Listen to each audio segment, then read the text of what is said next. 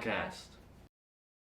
Saturday School, also known as Core Academy that supports students' achievements, is a Saturday session for students to receive additional support in their core classes, which include math, science, language arts, and social studies. It also includes physical education, arts, theater, and more. Saturday School is staffed by certified teachers who are ready and willing to tutor students here at CPMA.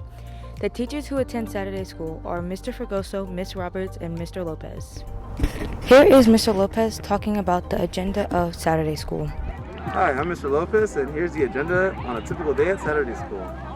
We start off with attendance, see who's all there. Then we will do a quick grade check to see what classes students are struggling in to support them. If there's any missing assignments, we try and get those completed. Luckily, now everything's been on Google Classroom, so we're able to have access to all the assignments there. So we're just bring your Chromebook whenever you come, and we'll get to make sure you get all that work turned in. Saturday School is basically designed to help support students who need extra time to get their work done or who need additional support to understand content. They can also get additional help with completing any assignments or anything of that nature. As a result, there is a boost of your grade in Power School, and you can qualify to get a full days of absences cleared if you attend Saturday School, says Mr. Fregoso in room 408.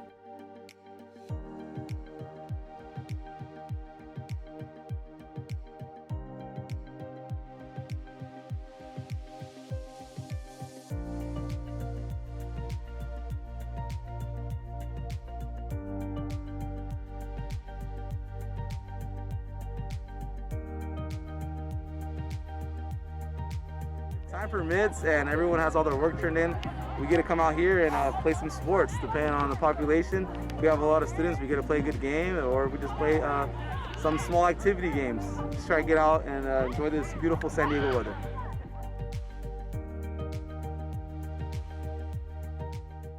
First, we have class spotlight with Mirage.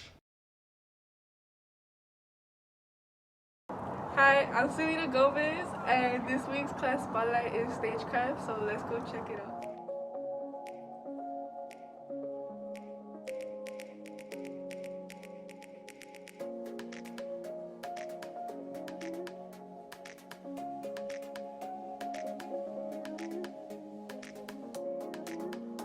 So Stagecraft is all about the behind-the-scenes elements of theater. So we do work with set design, costuming, lighting, sound, props, all the things that go on behind the scenes. If you enjoy theater but aren't really a performer, then Stagecraft is the class for you. Like build props and stuff?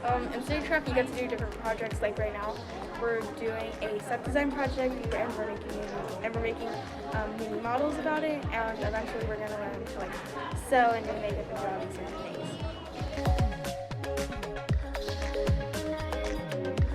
Because I once felt like the theater and Stagecraft really interested me. For funsies, I chose it because it just seemed fun, and a few of my friends were gonna choose it, so I just yeah.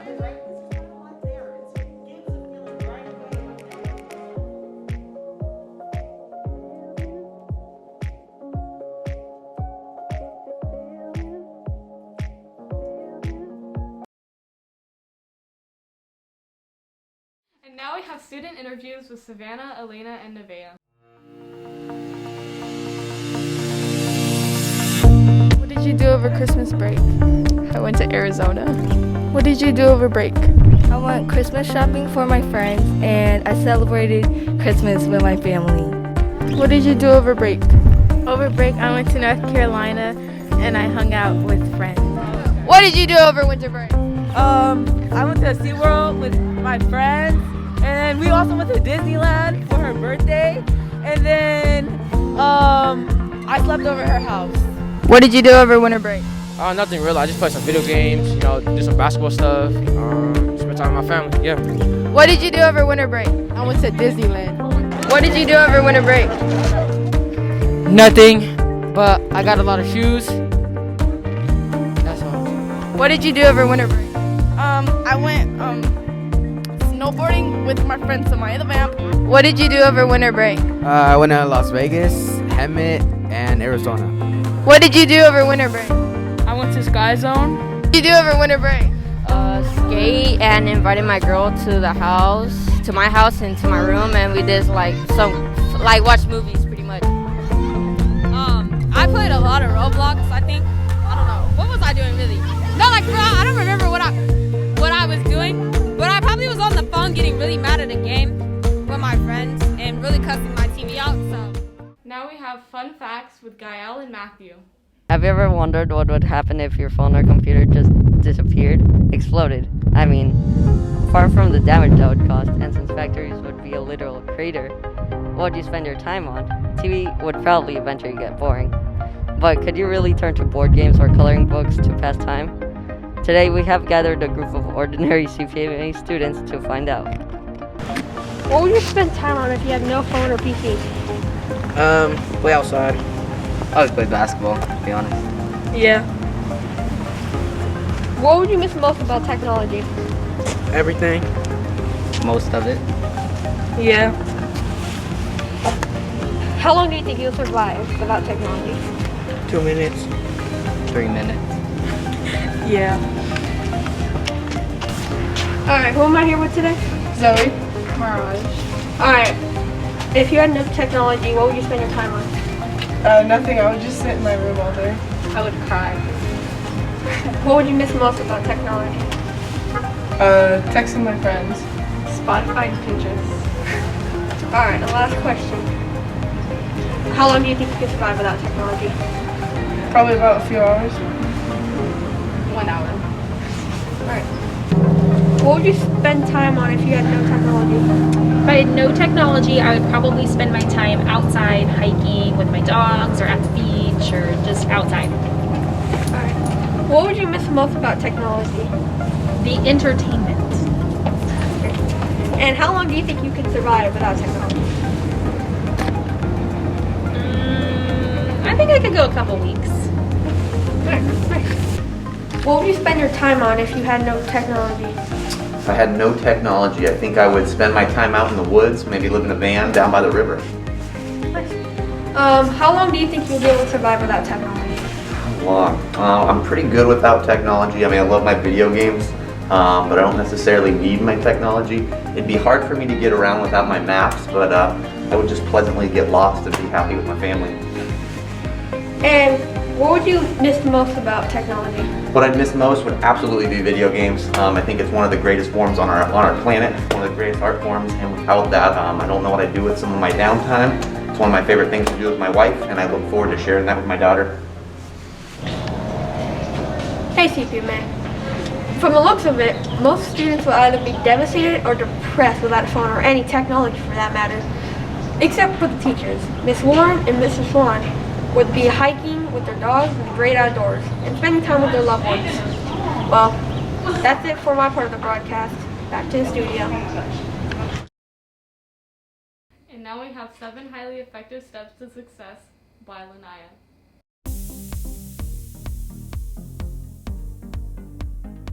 Hey CPMA students, we'll be discussing 7 highly effective steps to success. Hey everybody, this is Mr. Callahan, your substitute principal. I think my idea of success is somebody who's able to support themselves as they get older. It doesn't mean that you have to have a lot of money, but you need to have enough to be happy. And happiness comes with being around the people that you love and doing some of the things that you care about and love to do. So do your best to be successful and lead a great life. Thanks for having me here. I really enjoy being at CPMA. I believe success is very hard to define.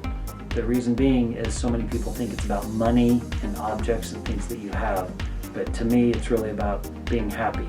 I know a lot of people with very little and they're happy, and I know people with a lot of stuff and they're not happy. So my definition of success is you have enough stuff to have a decent life, but you have a lot of happiness in your life. For me, it's about my family, the students, the staff. Those are the kind of things that make me happy, and being happy like that, then I feel success. Hi, my name is Mr. Lopez, and here is my point of view on success. The key to success, I can't even say success, is self-discipline. You got to make sure you yourself are disciplined enough to carry forward what you want to be in life, okay? whether that's sports or something, the academics, it doesn't matter. You got to be self-disciplined in order for you to persevere and do what you want to do. Later, CPMA. The idea of success is give it your best shot. It doesn't matter if you're the best in the class. What does matter is if you try. You give it your best effort. The idea of success is something that's bringing you true happiness and joy and fulfillment in your life. My idea of success is being happy and satisfied with your life. Hey everybody, my name is Jamar Taylor, cornerback in the National Football League. I've been playing for going on 9 years. I'm a current free agent as I'm rehabbing from an ACL injury. I'm also an entrepreneur / investor out here in the Phoenix area. I have my real estate license as well. What do I think success is? I think success is whatever you think success is. I can't give you a definition because we all have our own definition. It could be fame, fortune, time. You know, what is it to you? For me, success is not having any regrets. It's going by each day knowing that I put my best foot forward to set my family up and put them in a place to never have to want for anything or worry about anything. You know, with life going, things are going to come up and happen, and things do change. But I think success is also a part of making the right decision when you have a tough decision to make. The keys that helped me become successful, I would just say I took care of business in school. I worked hard. I never followed the crowd. I would say that's like probably one of the main things. When everybody went left, I went right. I knew what goals I wanted to attain as I'm still trying to attain those goals, but I never worried about the social life. I had friends, yes, but I missed a lot of times partying. I never wanted to do drugs. I handled my business. I did my schoolwork. I did extra work on the football field as well. When everybody was sleeping, I was up working. And I just always had hard work and dedication. And the last thing, I just never made any excuses. You know, no excuses, no explanations. That's the motto that I live by. And I think if you make enough excuses, then you won't be where you want to go. I think to conclude this, I would tell you guys to take the advantage of an opportunity of a lifetime and a lifetime of an opportunity, meaning just take advantage of your days. Take advantage of every opportunity that you have. If somebody tell you you can't, don't listen to them because you can. You can do whatever you put your mind to. I know that's a cliche, but you really can. And just always work like tomorrow's your last, because it could be. And at the same time, whatever field you're in, it's always somebody older or younger coming for your spot. In the football league, it's always a rookie every year, you know, and that rookie's always hungry. So as long as I'm maximizing my days, I know that I'll be fine. I hope that helps you guys.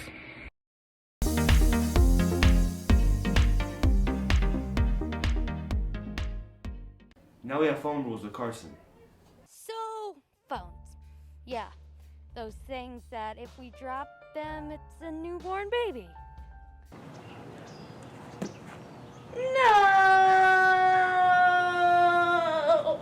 We need them to basically do anything without having to see other people. We all have them and they're a part of our daily necessities. I think you get the point. Anyway, the school has decided that phone's bad and now we can't have them out at school. So we decided to interview some fellow friends and ask them about their opinion. What is your opinion on the phone rule? Well, to be honest, I feel like they shouldn't have changed it, but it's due to all the fights and bad behavior that happened throughout school. So my opinion on the phone rule is that I feel like it should not have been a thing with the school. Like, I understand that there's a lot of fights and there's a lot of bad behavior which led to the phone rule, but I feel like what they could have just done is confiscated like phones, or like told parents about their kids taking like videos and pictures of fights going on, and then didn't have to distribute the phone rule to the entire school. And I understand like it also had to do with the district and not just this school, but like most people just use their phone to like watch videos or do like talk to their friends during lunch, which is not inherently bad. It's just people taking photos and videos of people fighting. What is the problem with the phones and why was the rule instated? From my perspective, the problem with the cell phones is that students weren't able to identify when was appropriate moments to have their cell phones out and when was an appropriate moment to have it put away. In my classroom, I saw a lot of students like scrolling through Instagram instead of paying attention to the lesson. And then if you watch later on, they don't turn in the assignment because they didn't figure out what the lesson was. They didn't figure out what they were supposed to do. They're too distracted by their phones. So I would like to have a culture on our campus where students understand that class time, when they need to be focused, that's their job. And then they can use their phones at times where there's downtime or during lunch or something. But that's not what was happening. I think the other side of the cell phone debate is the morality side of it, the ethics. If there is something bad happening on campus, where do you draw the line where you should be filming it to post on Instagram or you should be in there helping? Where do you draw that line? Or sometimes your job is to get out of the way so that the people who can help can get in there. So I think there needs to be a lot of conversation around the ethics of filming versus helping and being a kind, compassionate person. But that's a whole other conversation, a whole other thing that we got to talk about. All right, so I think it's a tricky situation with the phone policy. It really comes down to two things. We're talking about safety, and then we're also talking about education. The first thing, on campus, we have a really large campus. It's really hard to enforce and ensure safety, so I understand why admin had to take away the policy at lunch. I think it's really important that they allow teachers to have freedom in their classroom, because as an educator, I'm supposed to prepare my students for the future, and it's really hard to imagine a future where we don't have cell phones. So in art, it's really important that my students have their cell phones so they can document their artistic process. They can upload their assignments, they can look up a drawing reference, and of course, if they need to listen to some music to get in the creative flow, I completely understand that. So it's really trying to balance that idea of safety and education. Right now, I think we have a nice balance, and I think the important thing is that we're starting to show progress with cell phones. A few years ago, it was really hard to even imagine having a cell phone in a classroom, and now we're talking about trying to find this balance on the campus and in the classroom. So they are an important tool, students need them, but safety is a top priority. I think it's good to have a phone rule because I feel that the phones have been a distraction to students being able to develop their social skills and their academic skills.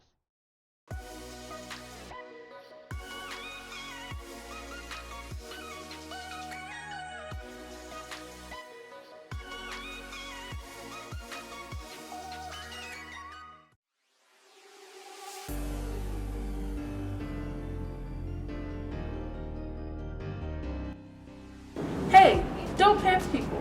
It is very degrading to the self-esteem and it can be very embarrassing to others. Be the change. On to Mr. Finn. So the question is, why is pantsing not appropriate? I think that's pretty simple. I don't know, what do I got on? What do you got on? Yeah, that's very simple, that if all of a sudden somebody accidentally, I know it's kind of a playing game, but accidentally grabs other than the shorts, someone's in trouble, and I hope it's not you.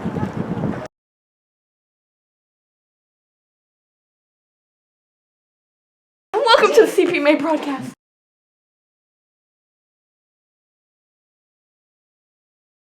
You're choosing to post footage of people who don't want this footage.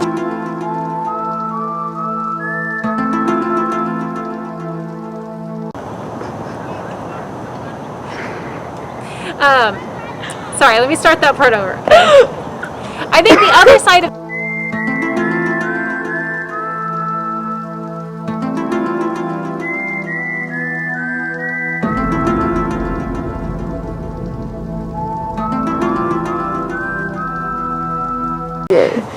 Okay. I think the other. We got a Oompa Loompa. I'm gonna tell you people why I think Plastic Beach is way better. I feel like Plastic Beach had a lot more story. Because I know I say this, D&D had a story, but Plastic Beach had a lot to it, man. I just. I will fucking kill you. You sound great. Hello, student interviews with Savannah, Elena, and Nevaeh. And now we have student interviews with Savannah, Elena, and Nevaeh. Marty deserves credit.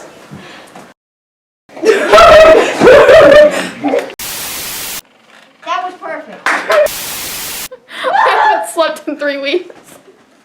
I really haven't. Cookies. Hello? Wait, what? think I know who took it. The Illuminati is trying to take. It took Fred. Why do you like being in video? What? Why do you like being in video? Wake up. What?